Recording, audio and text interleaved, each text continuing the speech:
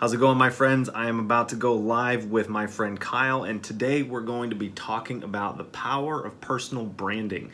This is the Creative Revolution Podcast, Season 2, Episode 3, and we're going live right now.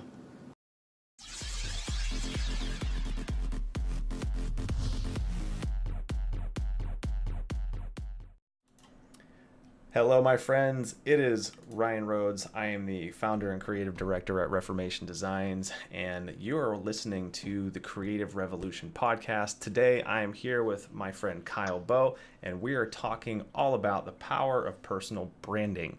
And so, first and foremost, Kyle, thanks for coming on. How about you introduce yourself a little bit, talk a little bit about who you are, what lights you up, and what has brought you here today.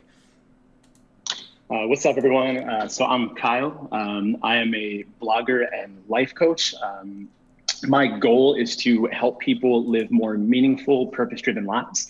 A very quick synopsis of how I ended up there. In my mid to early 20s, I kind of found myself without direction or without purpose in life. And someone asked me, what do you want from life? What makes you happy? What does success look like to you? What does success mean to you? And I didn't have an answer to that question. I didn't have a good answer. I kind of gave the typical, like, make money, get a house, drive a car.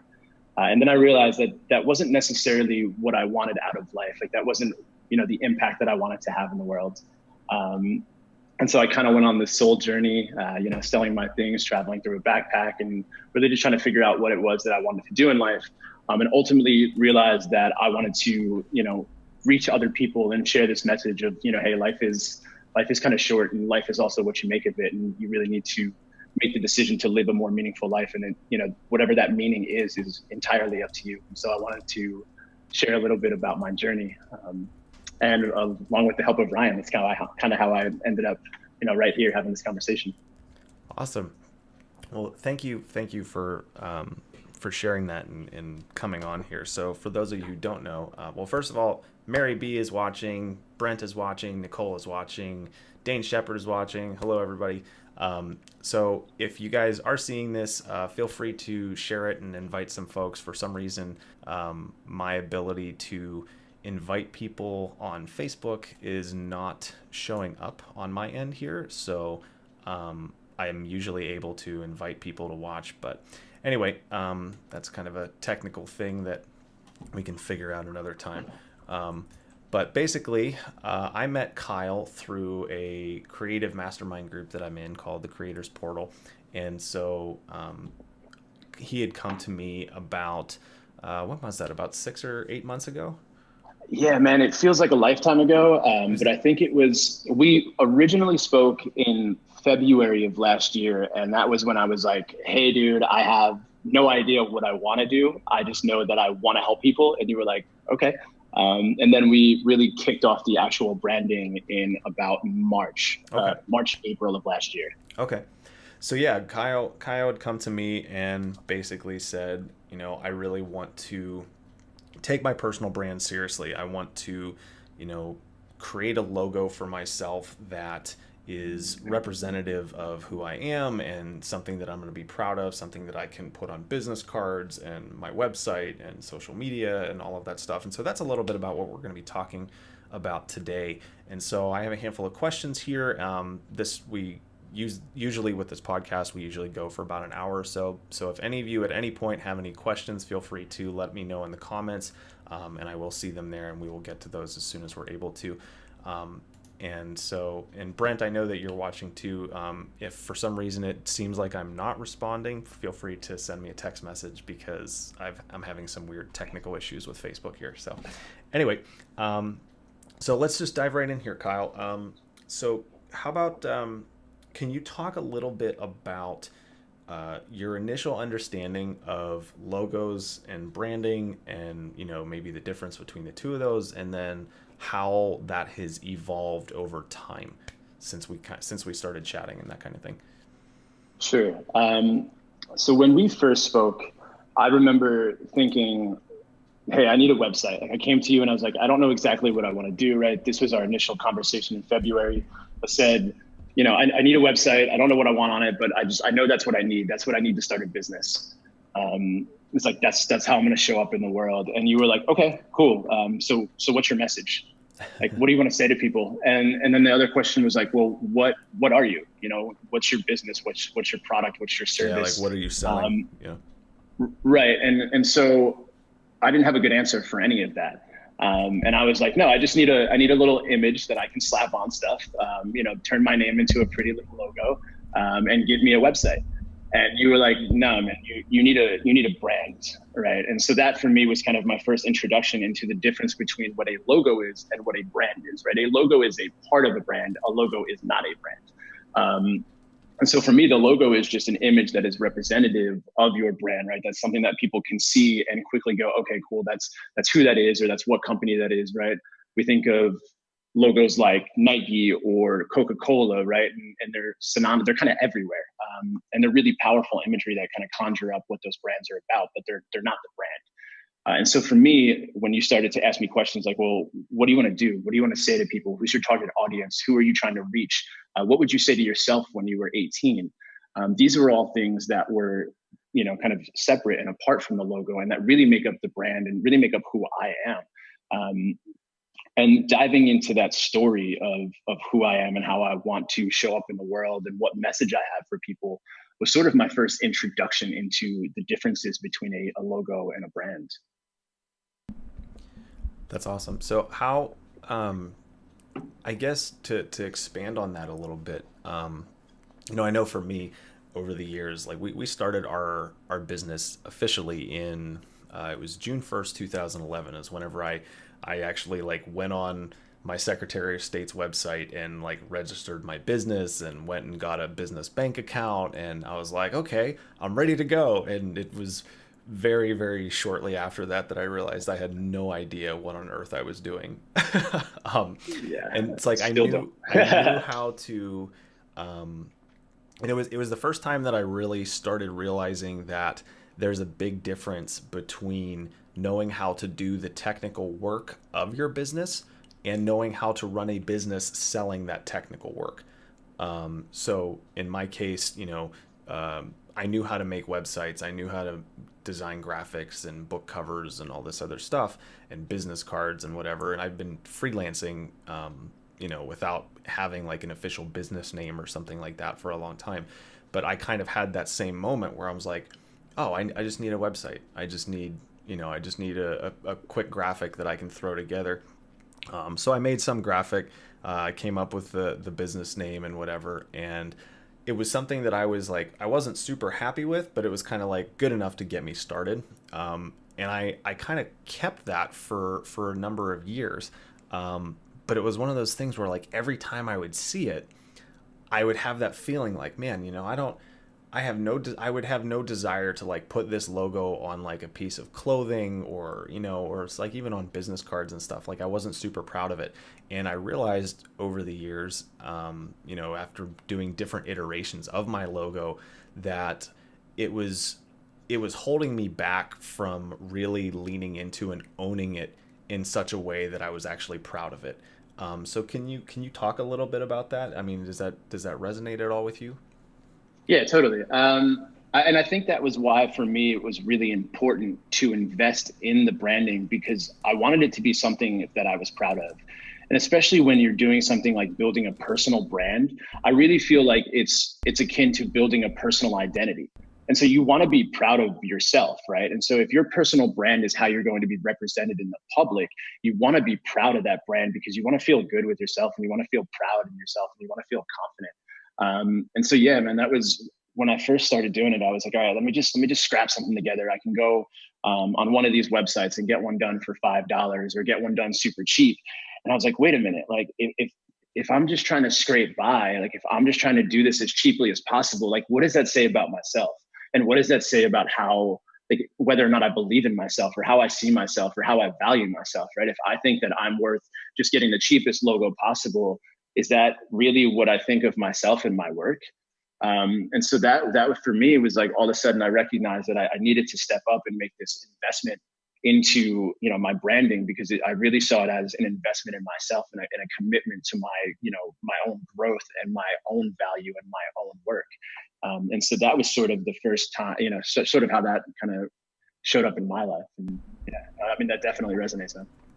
Yeah, and I think that the thing that I've run into over the years, working with a lot of different business owners and nonprofits, different organizations, and whatever, there's definitely a prevailing mentality that that your logo, your branding, just all of this stuff, that it's kind of, well, if it's just good enough to get by, then that's cool. But that's always been the route that, at least after doing that myself for a number of years, I started asking myself those same questions, like, well, wow, like, what is this saying about how I believe about myself and my work if I'm not really taking this seriously? And so I've got all these old files from years and years ago when I just got started, that I look back at now, and I'm like, wow, that was awful. Like, how was I making any money at all? Like,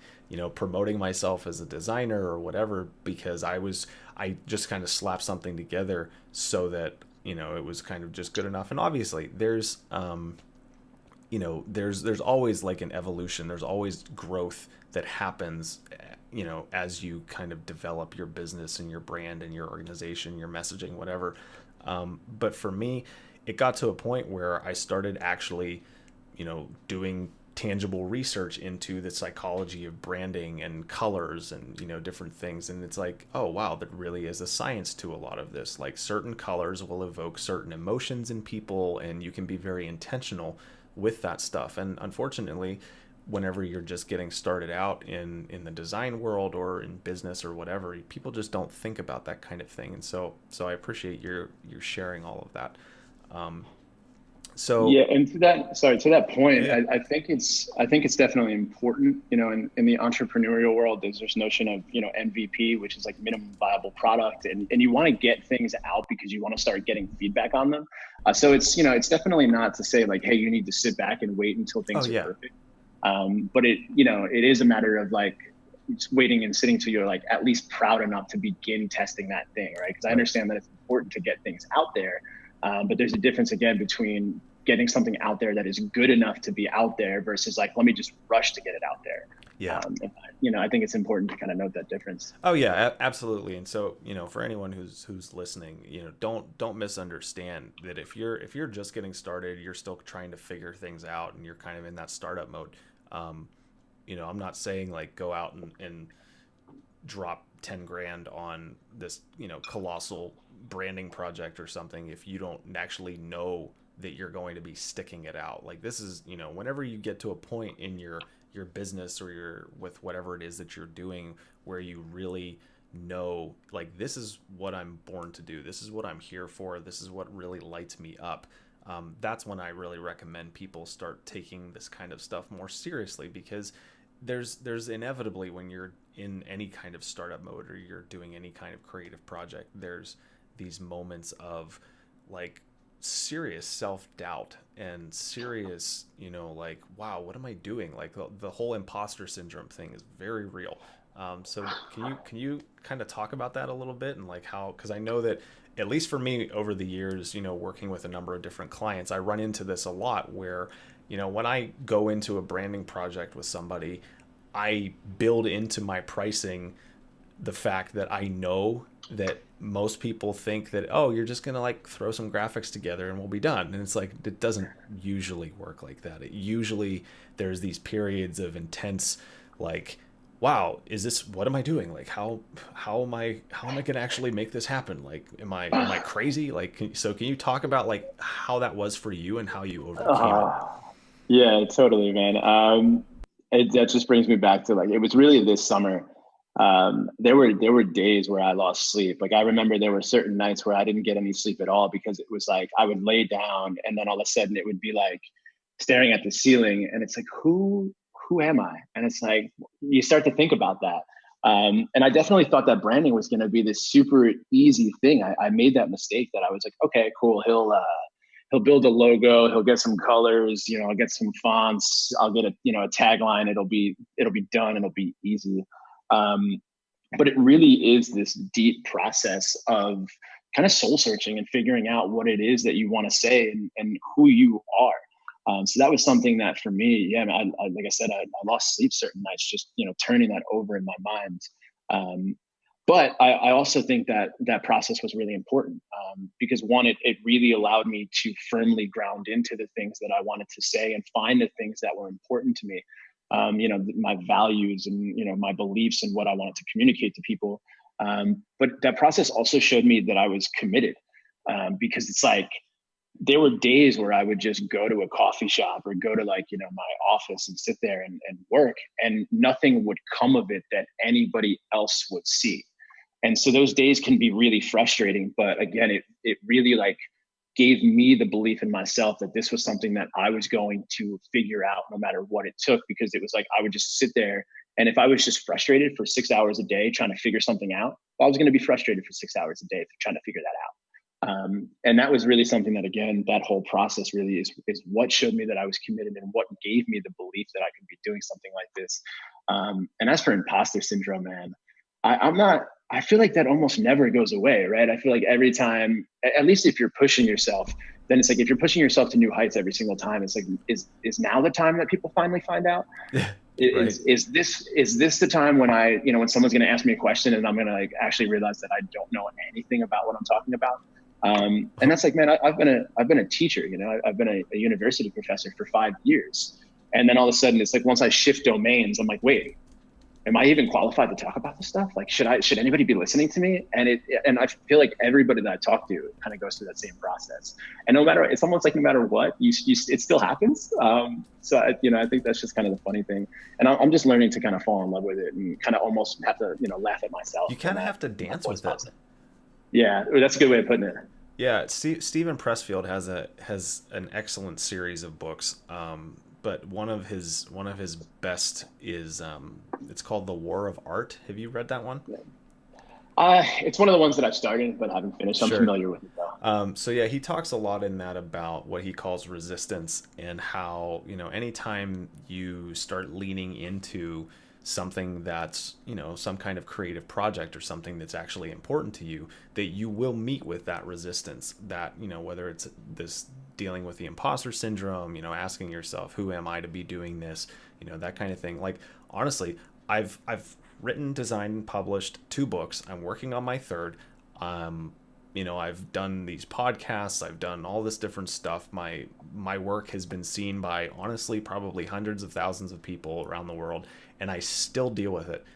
Like, anytime, almost like on a daily basis. It's like, you get up and you still feel that, like, man, who am I to talk about this? Like, why am I even doing this? And then, it's the messages that I get. It's the emails I get, the phone calls, and the people who say, you know what, like, your work has really changed my life. Like, you've helped me show up in the world. And like, that's what lights me up. I love helping other people bring their creative ideas to life.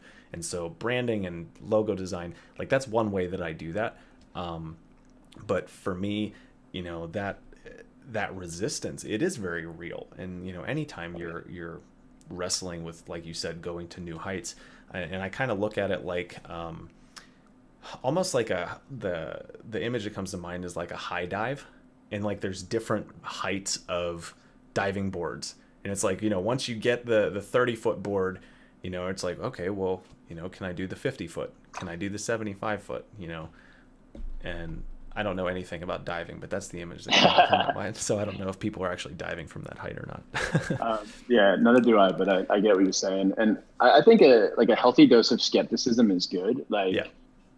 I think for me, it was the same thing before I taught classes or before I've given speeches or, before even hopping on this with you or before anything that I do that is really going to impact other people, mm-hmm. I get nervous and I'm like, do I have the right to, say anything to anybody like this? Do I have the right to tell people something?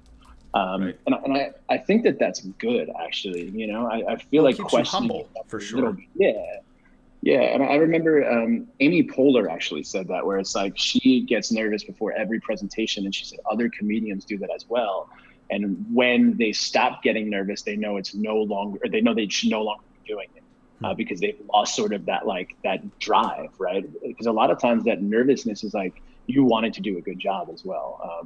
So it's it can be healthy as well. Yeah. Well, because I mean, it shows that you care about what you're doing.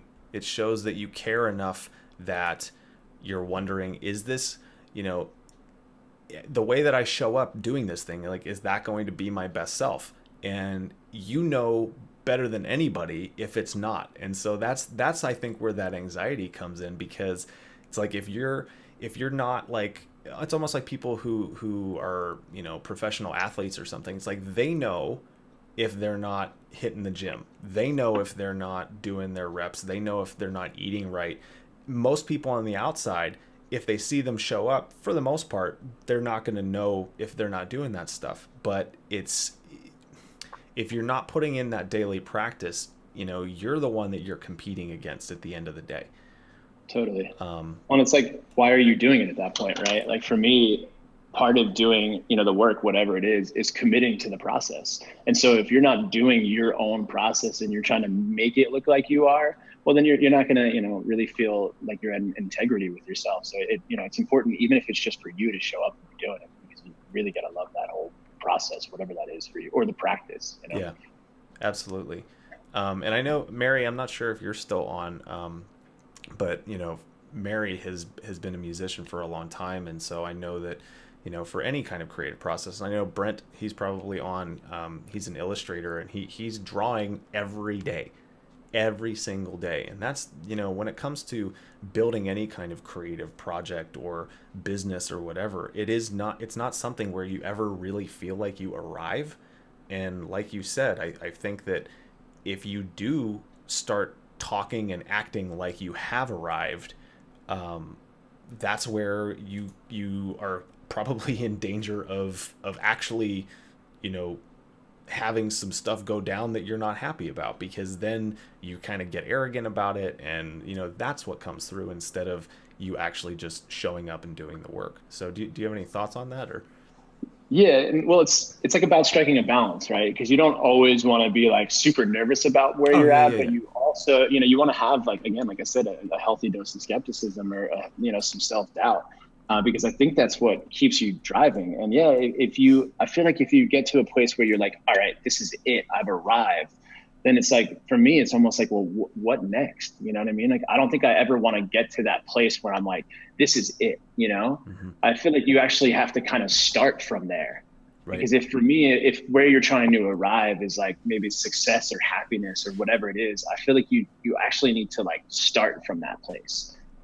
Because it's like anything that you have can maybe go away in a minute, or you can keep adding stuff on. But if you're not starting from there, then you're almost never going to get there, right? Or when you do, you're going to be like, wait, this isn't what I thought was supposed to be here, because it kind of has to come first, right? Like, right. You have to have that in you. Well, we hear stories all the time of people who on the outside look super successful. That word success gets thrown around a lot, but it's like it's just it's a perspective. And success means something different to everybody. But from an outside standpoint, we see all the time people who look outwardly successful, but then if you actually talk to them, or interview people who know them, it's like you find out that inwardly they're miserable, and they hate where they are, but they feel like they have to keep up this mentality, or this appearance of success, because they don't know anything else. Yeah, well, and that's exactly how I ended up where I was at, right? It was like I was just doing the things that I thought were going to get me where I was supposed to be. So it's like, I got a master's degree, I got the good job, and I was all of a sudden playing this game of like, all right, if I add this certificate on, if I maybe switch to this job, I can be making 120 grand by the time I'm like 29, and then and all of a sudden I was like, wait, like I don't want any of that. Like, I don't care about any of that. And not to say that, like, hey, I want money, I want nice things, I like it all, but it's like, it was about how I got there. And that was, man, like I got rid of all my things. And I remember I was like sitting under a tree, watching the ocean, like watching waves crash. And I think I was like less than broke at the time. Like it was like negative dollars. Like I had less than zero money, which is remarkable. Yeah. And I remember I actually, like, I was on the phone with my mom, and like I just called a couple friends, and I was just sitting there like, and I was like, like I feel great. Like I'm happy. I have none of the stuff that I had when I was unhappy. Like I have nothing right now, and I'm happy. And then I was like, like that's kind of what that's what it was about. Well, it's like And then that the was, worst thing that could, like your worst fear comes true. You're like, I have like less than no money. And then you realize, oh, why am I defining my self-worth by these numbers in my bank account? right. Well, and that was exactly when I realized like kind of what I wanted to be doing, is because I wasn't making any money. Like I didn't have any money, and I was just doing things because I liked doing them. And I had like, I remember people like emailed me because I made a post on Facebook. Like it was just something about like my experience that I had gone through, and somebody like that I went to college with that I had lost contact with and that I wasn't even really close with messaged me and was like, hey, I need you to know that you make a difference in my life, and I've never told you that. And I was like, whoa. Like, and then it kind of clicked for me what it was about, and it was like, yeah, man, I hadn't quote unquote nothing, and I was happier than I'd ever been. And it was like, again, that for me, I had to start in that place, or I had to start from that place. Right. Well, because then, that's when you know that you have something that's sustainable. And I don't remember where I read it, but it was some like really well-known successful artist who, he's been doing, I think he's like illustrations for Marvel and DC, and like he's done concept art for, a lot of big movies and stuff. And somebody asked him like, well, now that you've quote unquote made it, what does your day to day look like? And he's like, honestly, it looks very similar to what it looked like before I made it, because I'm doing what I love.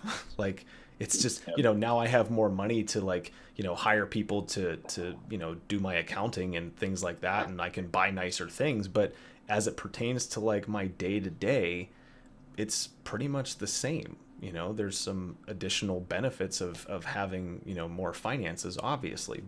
And I think that that's really the key, when it comes to anyone who's listening to this or watching this or whatever. It's, if you're in a place where you're trying to figure out, who am I? What's my brand? What is it that I want to put out into the world? You have to recognize that if you're doing something that you can't see yourself doing, like every day, regardless of whether you're making money or not, like you're probably doing the wrong thing. Totally. Well, and like you said, it has to be that thing that lights you up, right? Because that's what people connect with. And yeah, man, if you're willing to do something for free and then you find out that people will pay you for it as well, it's kind of, It's like winning the career lottery. It is, man. It is. And it's a huge blessing to be able to, feel that as well. But yeah, it has to be something that you're connected with, because people feel that, if you don't believe what you're saying, people know that, whether or not they know it consciously or unconsciously, they're aware of it. So it's really important to be able to, be connected with that and stay connected with that. Yeah.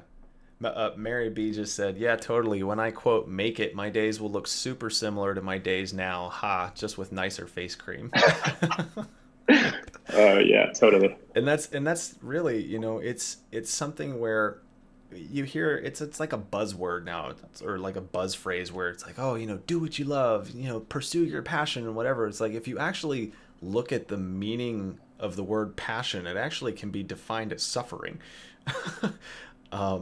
Because, on this journey, like you do suffer, but you do it because you love it. You do it because, you know that you're aiming at something that's bigger than yourself. You know that you're making an impact. And even if it's something where you don't currently feel like you're making an impact, it's like sometimes just making people laugh. I mean, I've heard Jim Carrey talk about that, and some other comedians, where it's like, there's so much drama in the world. There's so much stuff to like get stressed out about. But if you can make people laugh or make people think or inspire people, like those are intangible things that make a really tangible difference in people's lives. And that's really important.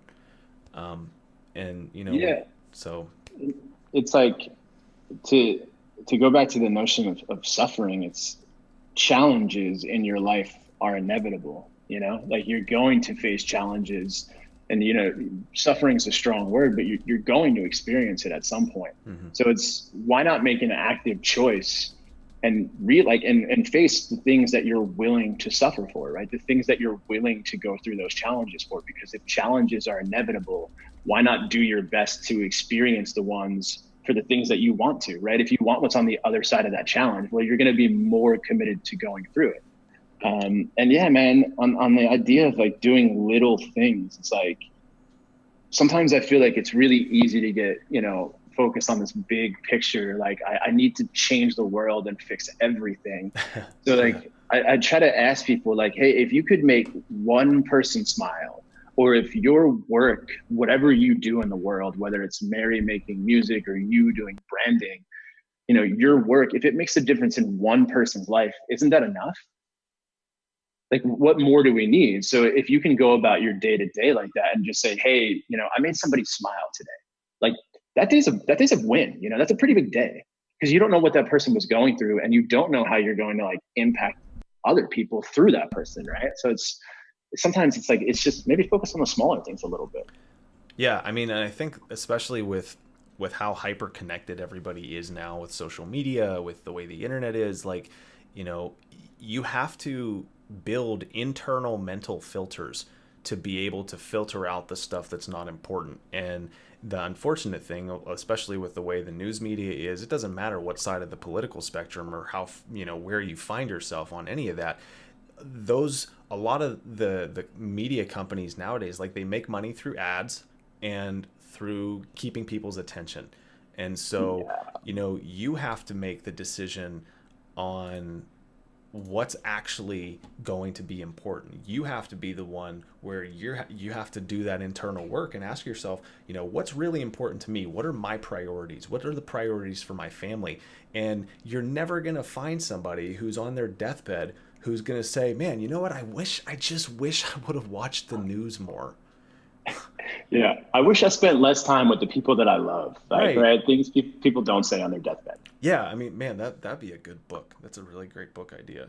I'm sure someone's probably already done it, but Well, there's I forget her name, but she wrote a book called The Top Five Regrets of the Dying, and she spent like 20 years as a hospice worker, and she would ask people, I think they were 6 weeks out from death, like, and she would say like, "What do you wish you had done differently?" And it was, you know, I wish I had worked less. I wish I had spent more time on the things that I loved. I wish I had spent more times with things that I loved.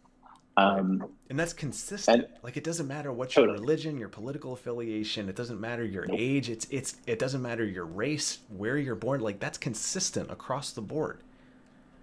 And Yeah, that's just being human, you know. yeah, and it's like, you know, I've spent a number of years ago, I did a lot of work with like the sick and the dying, and actually in like children's ICU wards and stuff like that. And it's like, it gives you a really intense perspective on life, but it's a lesson that like a lot of people don't learn until it's too late.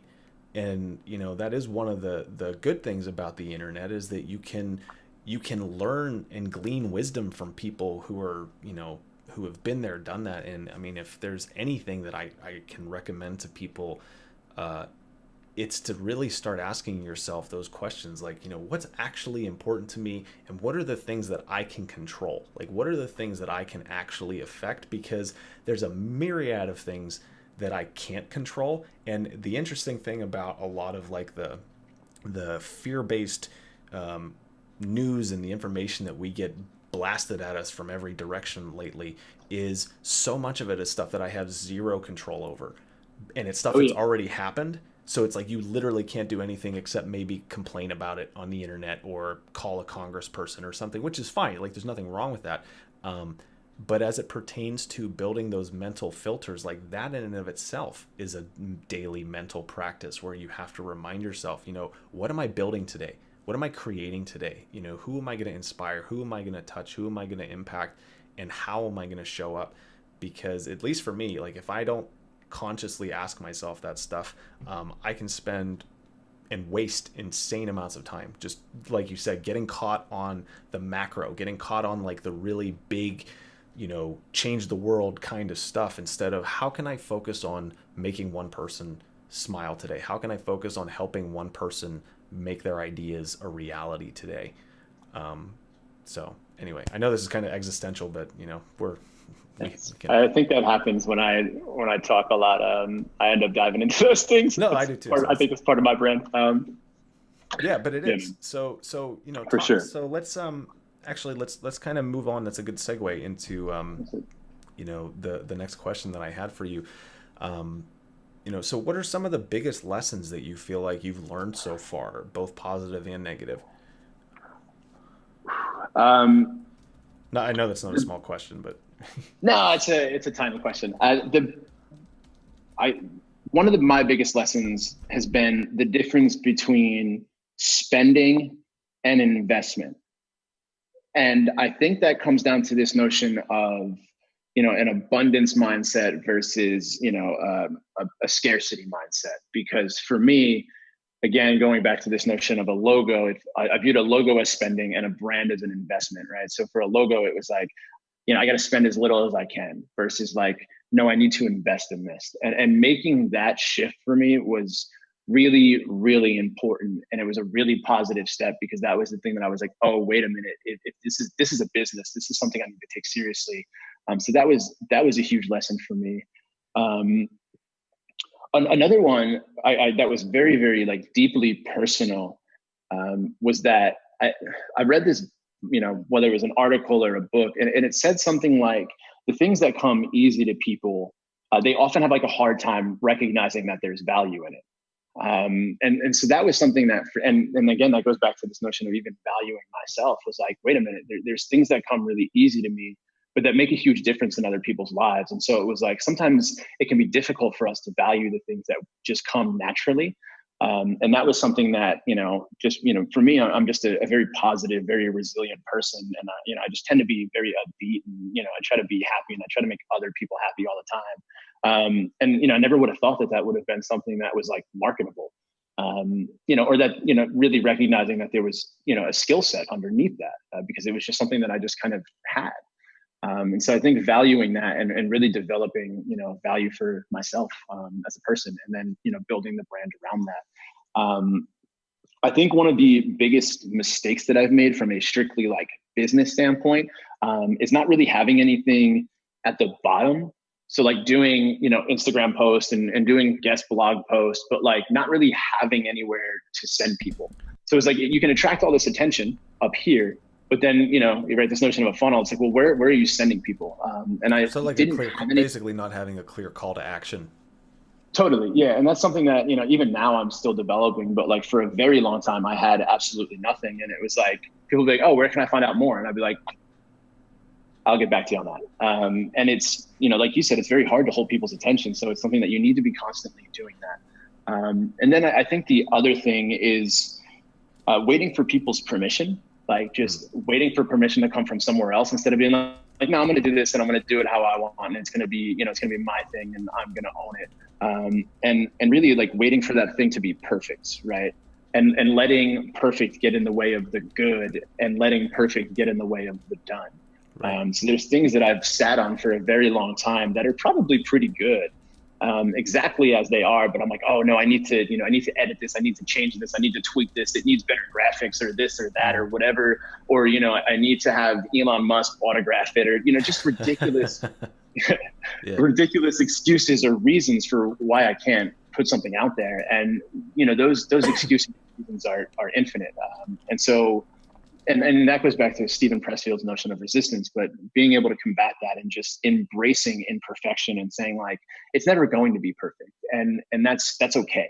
And it's probably better anyway, better not being so polished. So I think that's been one of the biggest mistakes. So those are just a few. No, those are great.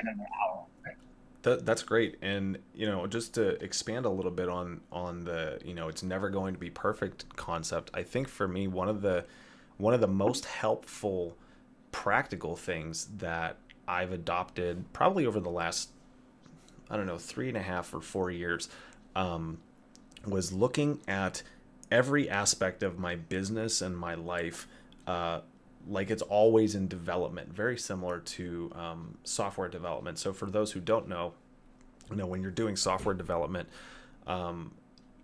at least for most people, like whenever you get started on a project, you'll say, project name, whenever you're naming your files on your computer, for example.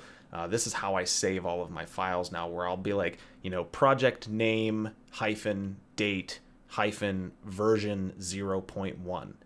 And so, that version 0.1, that communicates to me, it's like, this is the starting point. Like, this is, 1% finished. Because when it's 100% ready to be like, I'm going to put it out into the public, when I'm going to share it or publish it or whatever it is, I call that version 1.0.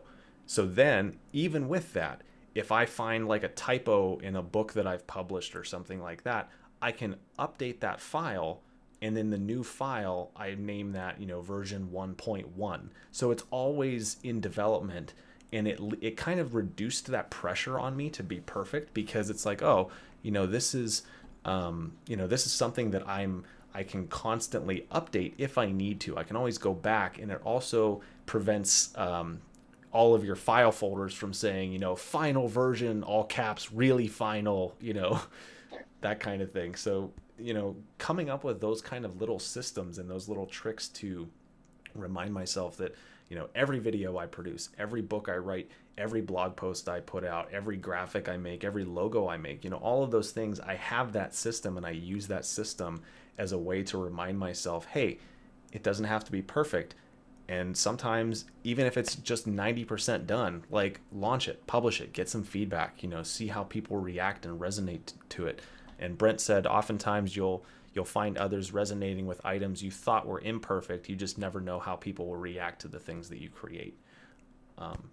So yeah, spot on. Because I've had the opposite be true, where I'm like, oh, this is amazing, this is perfect, people are gonna love it, and then it's like no one even reads it, and you're like, wait a minute, like, y'all read the thing that I put like 10 minutes into, but I put like hours into this and nothing.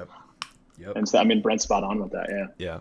And that's the other thing too, as it pertains to, we're talking about branding, talking about marketing, and kind of, for me, branding really boils down to, it's kind of like how you show up, how you communicate yourself to the world. So for me, this shirt that I'm wearing, like, this is a design that I made. It's that quote from Apple, "Here's to the crazy ones." I've got a poster that I designed of this in my office. I made it years ago just as a way to keep me inspired. But this is branding for me. The way that I have this digital set up on this video, if you're watching this on video, like, this is branding for me.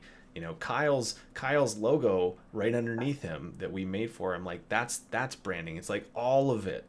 It's kind of the whole package together. Like, your logo's part of it, your colors are part of it, your font's part of it, but all of it really boils down to, how are you showing up? How are you communicating what it is that you do, who you are? Even the music that you listen to, the clothes you wear, all of that stuff really kind of goes into that whole package, and all of it is always in development. And so being able to reduce that pressure on yourself is really, really important. Mary B said, "This digital set is the sickest on the internet," by the way. Thank you. I appreciate it. I update it every show, and that's the cool thing. It's like, this background here, for those who don't know, I'm not actually sitting in a cartoon. This is a green screen set. And so much of this, like, I literally am just using a software called Open Broadcaster software. It's free. It's like obsproject.com or .org or something. It's taken me a lot of time to learn how to use it, but for me, so much of it is like, how can I create an experience that's going to hold people's attention, that people are going to feel like I'm talking about things that they care about. And it's not for me about, oh, how can I go viral? It's like that whole concept is relatively new, and it's something that's actually been like sold and marketed to us as a culture that we should be aspiring to. I actually disagree with that, because there's trappings of it that you just don't want to deal with. A lot of it is like, how can I connect with my minimum viable audience? How can I connect with the smallest number of people who are going to help me reach my goals? And if you're creating anything, Kyle, like, you talked about how, you had that person from college days contact you and say that, you've made a difference in their life. Like, for me, growing an audience, growing a business, growing a brand, any of that always boils down to how can I connect with the people who are already listening on a deeper level, as opposed to how can I reach more people. So can you talk a little bit about how you've seen that with your own brand as it's developed?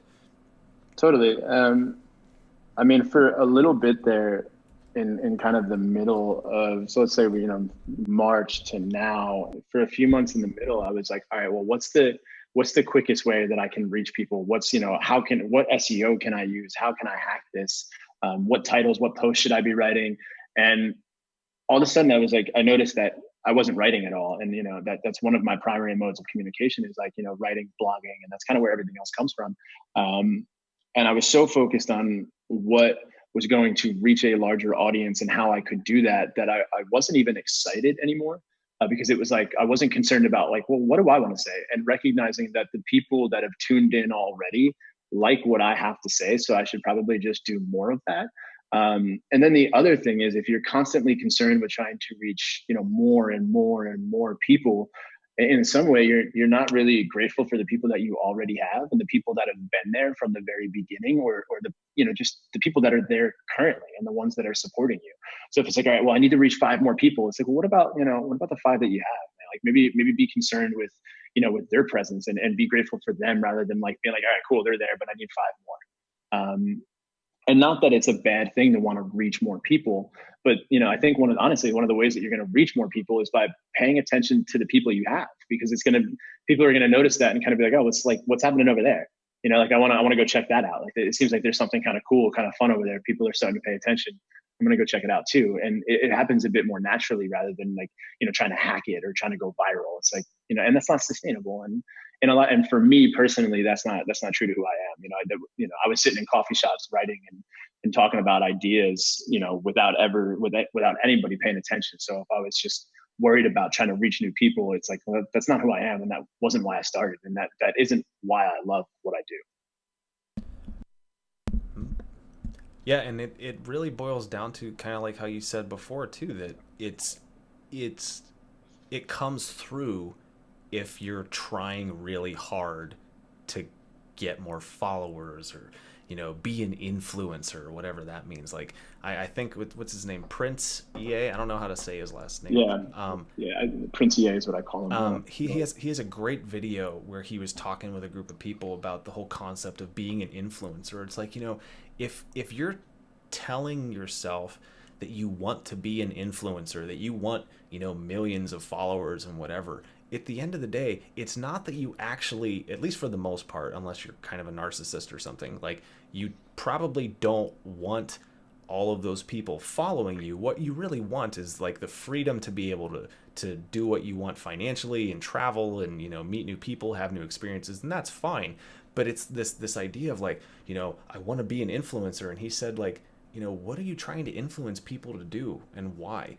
What's the point of it? And there's so many nowadays, especially like on social media, you see all the videos. It's like they put all this kind of like sensationalist text and emojis all over everything, just to try and get people to click, because everyone's like, click on this thing. And again, I run a marketing company. Like, I'm not naive. Like, me doing this right now, like the reason that I've set this setup is because I know that, number one, it's fun, and number two, it looks cool, and number three, like, if somebody just sees it on their feed, chances are like they're gonna be like, what is that? Because it's a lot different and looks better than people doing Facebook lives, where it's like the camera's down here and you see their double chin and like up their nose, and they're trying to like position themselves as some influential person or something. But a lot of it is like, how are you showing up for the people who already care? Because that's what's going to be sustainable. You don't want to end up as one of those people who like, gets really quote unquote successful, but then has people who helped you get there basically tell you later on, like, yo, you totally like sold out. You changed who you are. Like, you forgot about us. Like, that doesn't feel good for anybody. Totally. Yeah. Man, the word influencer is one of those things that's troubled me, especially as I've made the shift like towards wanting to make a living off of blogging and, posting on Instagram and, making videos. And that was why for me, all of a sudden I had this kind of like ding, ding, ding, ding one day where it was like, I don't want to influence people. Influence feels like me trying to say that I have something that other people need and that I have the answers and they don't, and that they need to listen to me and I'm going to change the way that they act. Yeah. And for me, it's like, I do want to inspire people, but for me, inspiration is like, it's just like, no, you have that already. You have it in yourself. Like, I'm not changing anything. And that's the difference, I think, between influencing somebody, inspiring somebody. Like, influencing somebody, you're trying to like reach out and grab them. Whereas inspiring, you're like, I'm just going to go do what I do. And I hope that in some way that you can learn something from that, but I'm still going to do this, whether or not you're here. And then, hopefully you can realize that you can, if you somehow like something that I'm doing, well, you can do that as well, right? There's nothing that I do that you can't, right? There's nothing that I'm capable of that you're not capable of yourself, if not greater things. And it's about, just for me, it's about, helping people remember that rather than saying like, I'm the one with the answers. Right. Absolutely. And it's, if you haven't, not just you, but anyone who hears this and listens to this, Seth Godin's latest book, This is Marketing, is excellent, excellent, excellent. And one of the things that he hammers on over and over in that book is this idea of, when you're creating content, whenever you're, whether you're making music or art or whatever it is, the questions you should be asking yourself are questions along the lines of, who is this for? What is it for? And why am I doing this? And it sounds basic. It sounds really simple, but so much, it's like we can get into these habits and these ruts where we're just making stuff because we feel like we have to. And it's very, at least in my experience, for all the different things I've created over the years, when I'm in that mode, people don't connect with it nearly as much as whenever I'm consciously creating things that I know are going to resonate with people who in a way that it's going to help them move the needle forward, even if it's just a little bit. Mary said, I try to think of what I make as gifts for the amazing people who support me rather than trying to reach a huge amount of people. And that's really it. It's like, and if somebody doesn't like it, Seth says it in his book, it's basically like, that's okay. It wasn't for you. I don't have to defend myself. I don't have to answer the trolls. I don't have to read the 1-star reviews on Amazon. Like Seth also says a lot, like, nobody ever became a better author by reading all their 1-star reviews on Amazon. Like, it's that kind of idea that we have to, make things for the haters and for the people who don't understand. It's like, no, the easiest way to diffuse all of that is just say like, hey, it's okay that you didn't like this. It's okay that it didn't resonate with you at this point. Like, I didn't make it for you. I made it for for this person over here. I made it for, this group of people. So anyway, we're kind of getting near the end here, but I mean, we can still keep going for a little bit. I know we started a little late because of some tech issues. If any of you guys who are watching have any questions that you want us to touch on or points that you want us to expand on, please, drop them in there, and we'll do that here before we wrap up. But I did just have, you already kind of answered the question about like understanding the financial component of branding and how you kind of shifted from a, oh, well, I'll just go pay $5 or, pay $100 and have somebody just bang something together. Like, you kind of shifted into more of a, hey, this is an investment that's going to bring a return over time. So you kind of touched on that. One of the things I love to ask people, what are some of the best books that you've read recently and why?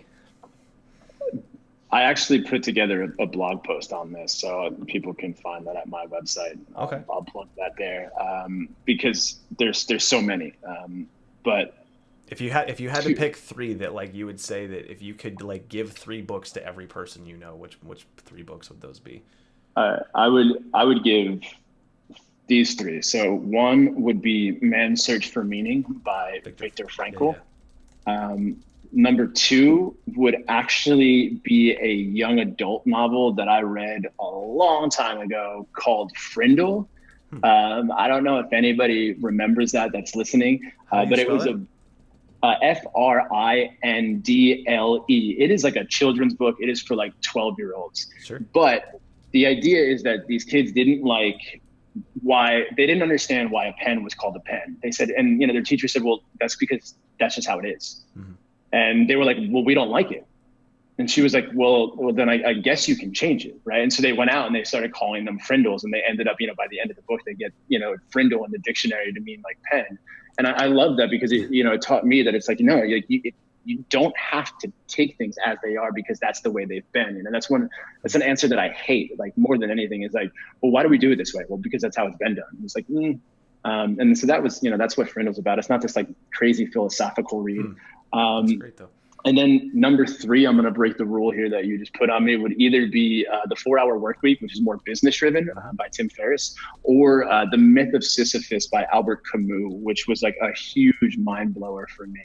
How so? And that's it's very philosophical.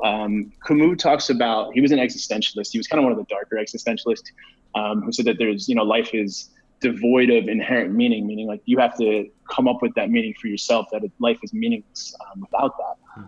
And he compares the human condition to Sisyphus, right? So Sisyphus was condemned to push the boulder up a hill, and every time it got to the top, it would roll back down. And so Camus says that that's what our search for meaning in life is. I don't take such a dark approach on it, but he says ultimately that he imagines that Sisyphus must be happy because at least Sisyphus has something to do. Even if he knows when it gets to the top, it's going to roll back down. Well, he can still make the choice to enjoy the journey up the hill and to, like, you know, maybe learn different ways to push the rock up the hill.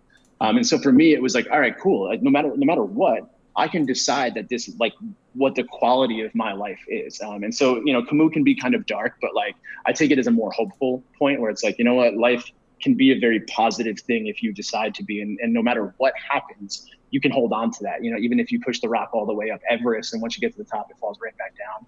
Well, you can enjoy every step of the journey up and down. Right. Well, and there's another excellent book that I've recommended. I know that, and this actually came out before Robert Greene's book of the same name, but it's called Mastery by George Leonard. And he was an Aikido teacher. And one of the things that he talks about as it pertains to mastering your craft is that most of that journey is not like a mountaintop experience. It's like a plateau where, you know, there's, and so he talked about how so much of our culture, how did he put it? It was really insightful for me because he basically broke down and he's like, you know, if you think about every commercial that you've ever seen or everything that, like, for the most part, people are marketing, they're marketing peak experiences.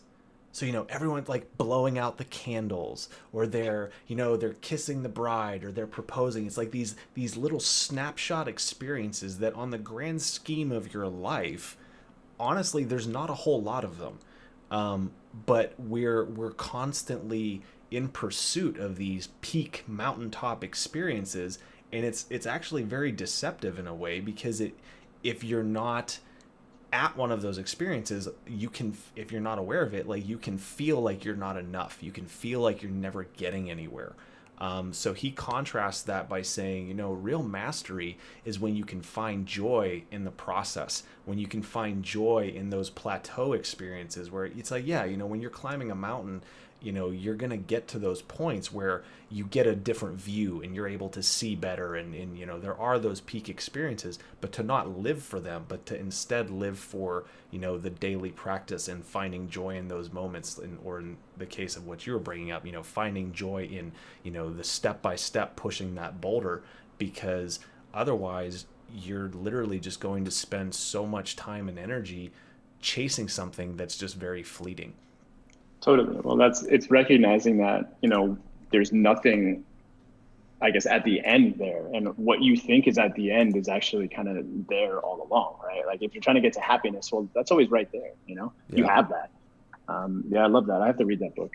Yeah, it's short, but I've gone back to it time and time again. And he uses, you know, some of the principles of martial arts and stuff to kind of communicate some of that. But it's been really, really useful for me as it pertains to, you know, building my business, writing my books and creating videos and just any kind of creative process. Because, I mean, it, especially with writing, it's like, you'll write this long blog post or something that's taken you hours of your life to get to a point where you're like, all right, I feel like I'm communicating this the way that I want to. And then you share it and, maybe a few people respond to it. And it's like, people don't realize the work that goes into it. And if you don't find joy in that process in the day-to-day journey, like it's not going to be sustainable for you. So, yeah, totally. Very cool. So that's pretty much all that I've got. We just hit about an hour. So thank you guys for tuning in and watching. The last thing that I usually ask is, do you have any other pointers or tips that you'd like to share for people who are, building their own business, developing their own brand, whatever that is? It doesn't matter if you're a business owner, nonprofit, solopreneur, startup, just fledgling artist who hasn't taken yourself serious enough to call yourself a business owner yet. You are a business owner. That's part of it. But, do you have any tips or final thoughts on that? Yeah, do it. I think life is far too short not to. So, do it, put yourself out there.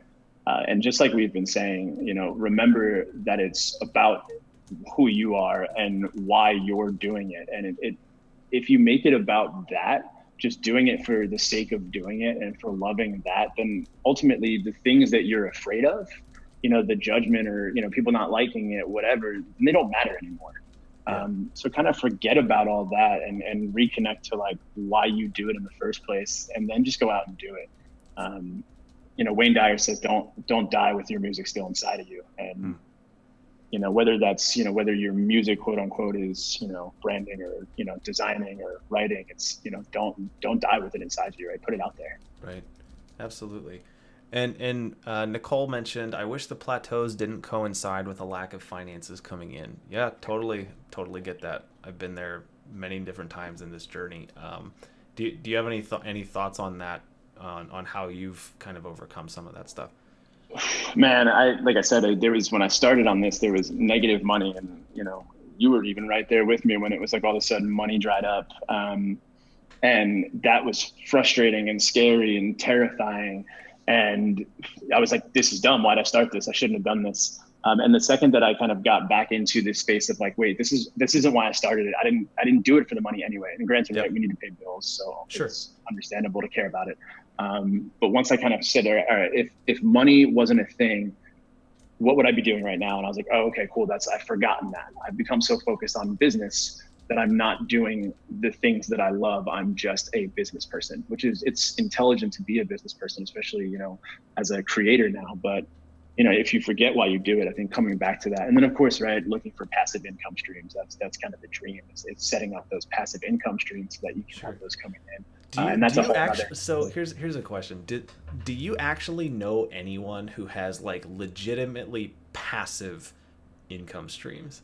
Like passive in the sense of like, you don't have to do anything to get there. Yeah, no, I don't.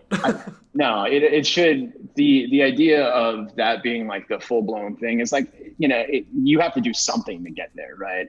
It's like the overnight success that took 10 years to get there. Is like, the passivity is like, well, that's a product of all the work that you put in prior to that. Right.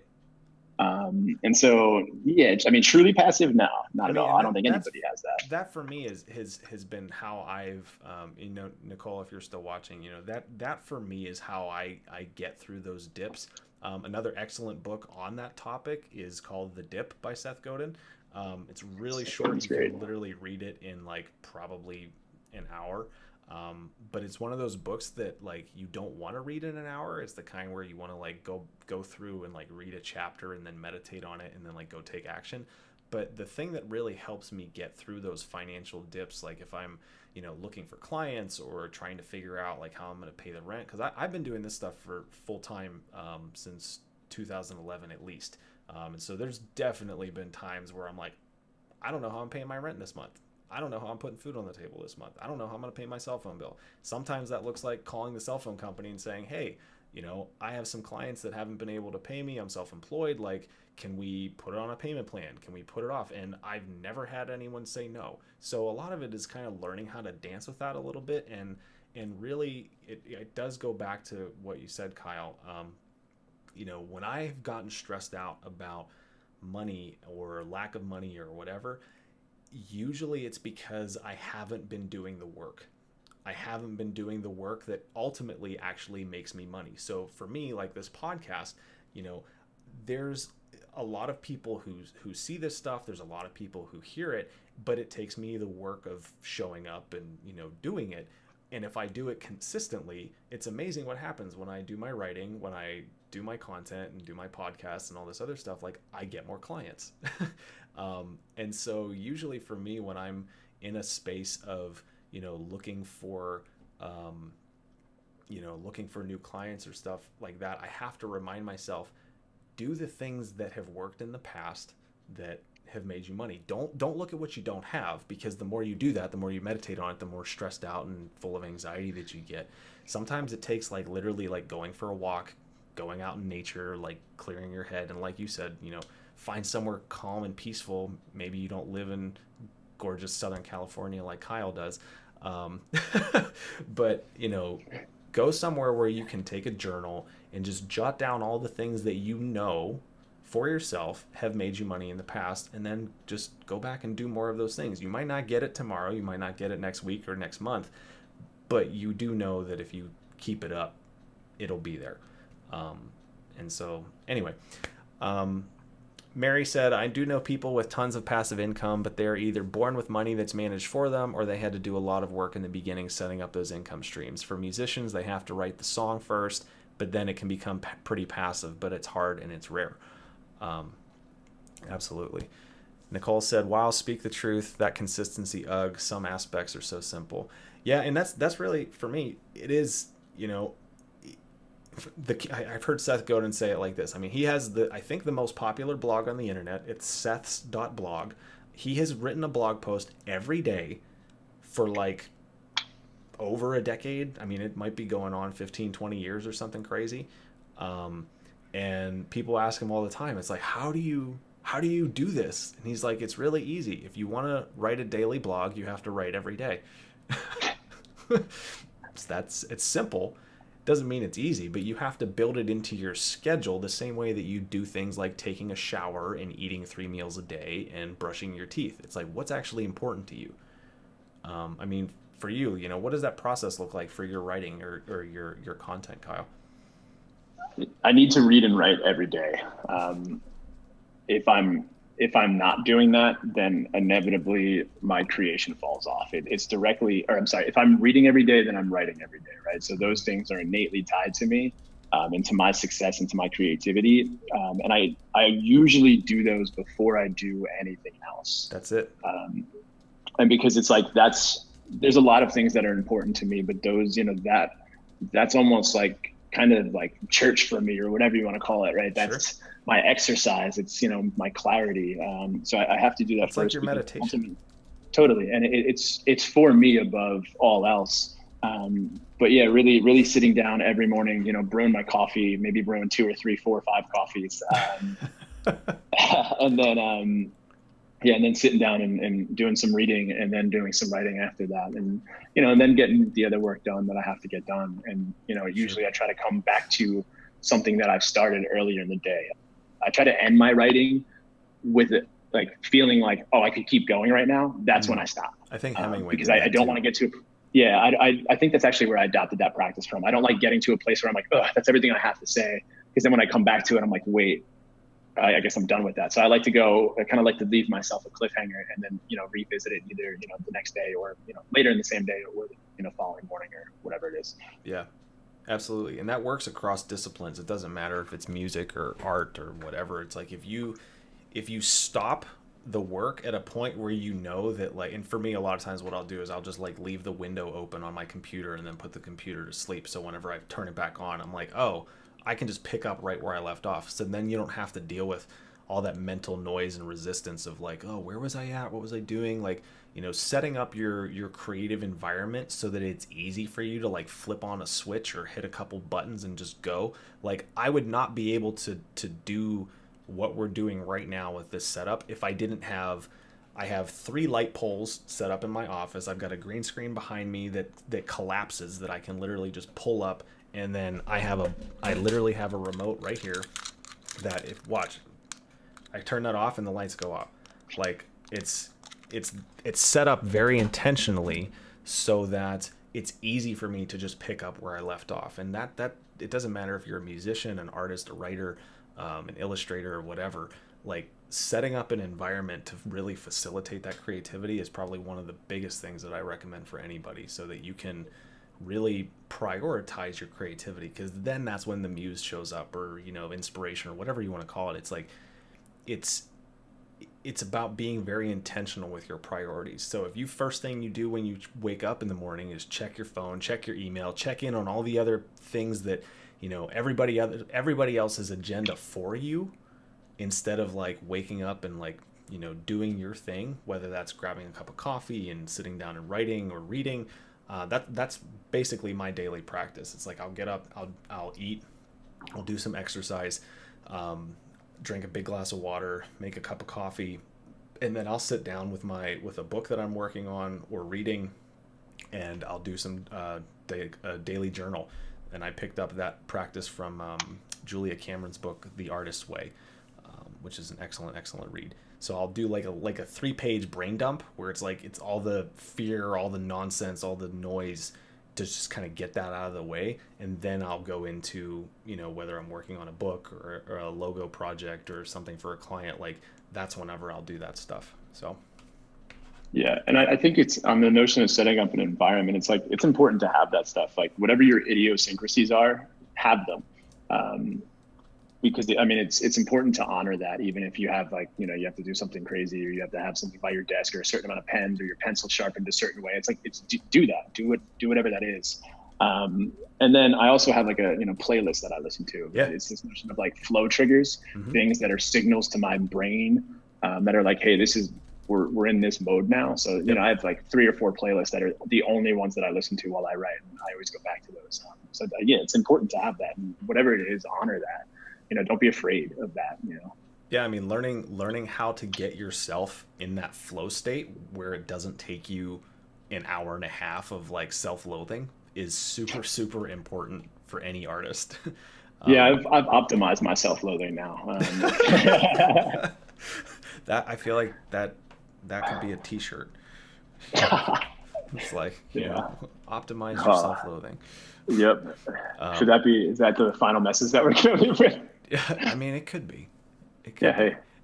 Well, I guess in some ways it's like, hey, don't spend too much time doing it. It's not what's important. Yeah, and I mean, really, at the end of the day, it's like, know thyself, right? Oh yeah. Know what makes you tick. Know what ticks you off, and do less of that.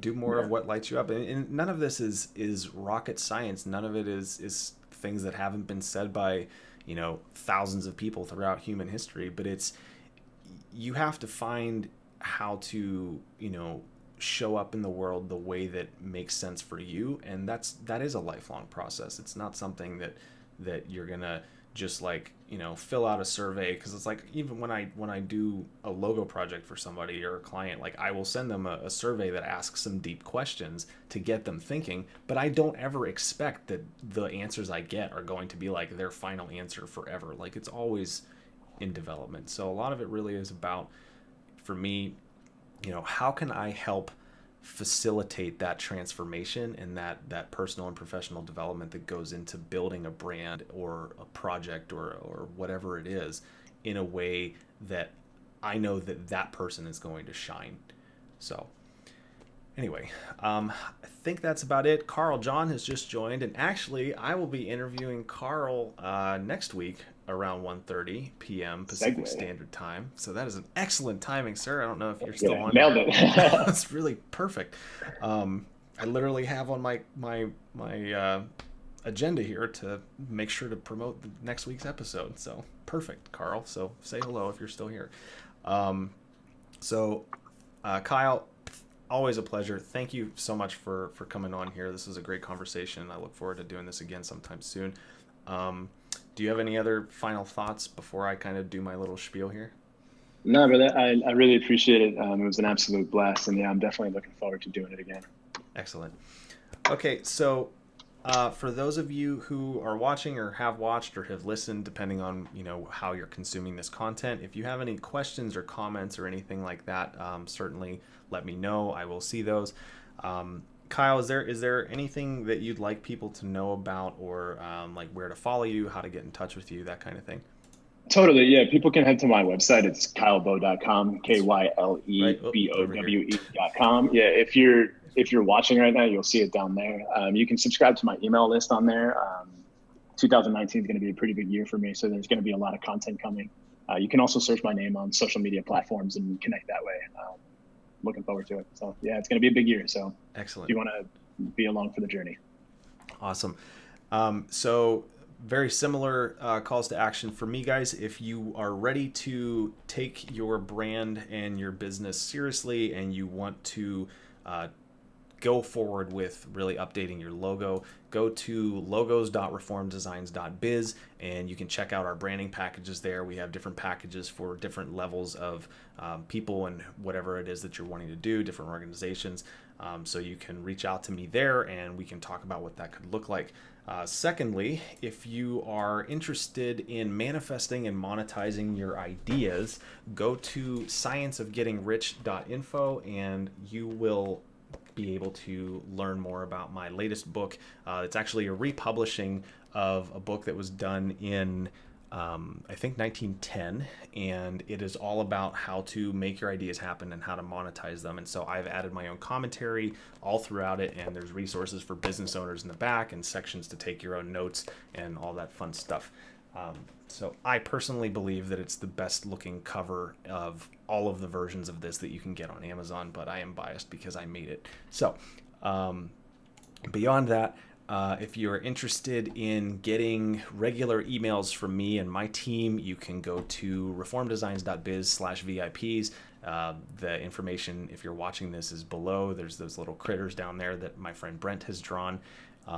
And you can, if you sign up there, you'll actually get a free copy of my first book and the workbook that goes along with it, all about how to stop procrastinating and actually get stuff done.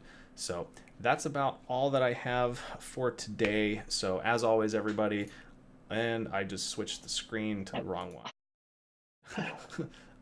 I was doing so well, and right there on the close.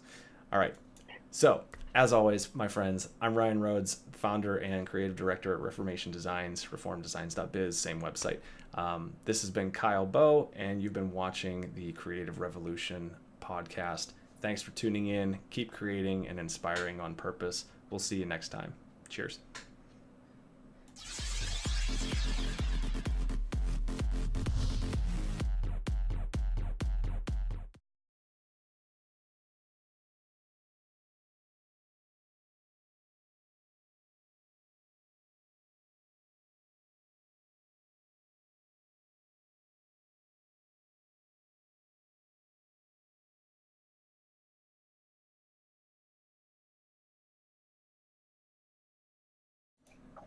Dang it. I stood right there at the end. Right at the end, man. I gotta delete